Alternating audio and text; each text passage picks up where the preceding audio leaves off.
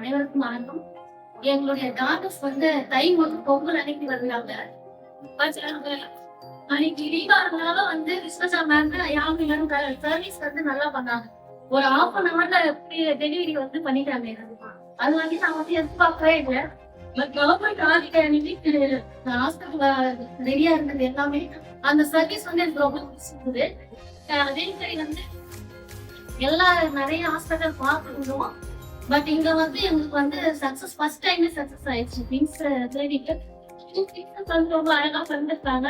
அதுல வந்து எனக்கு ரொம்ப சந்தோஷம். விஸ்வஜா மேம்க்கு ரொம்ப தேங்க்ஸ்.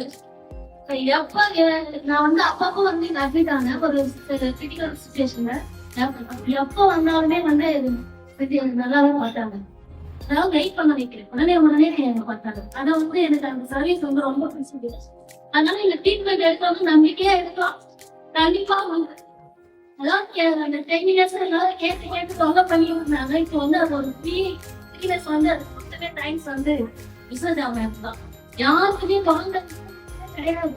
இந்த நீங்க நம்பிக்கையோட இல்லன்றது 10 years இல்ல 15 years இல்ல 20 years இல்லன்றத கவலையே படாதீங்க. இருக்கிற லைஃப் என்ஜாய் பண்ணுங்க. கண்டிப்பா குழந்தை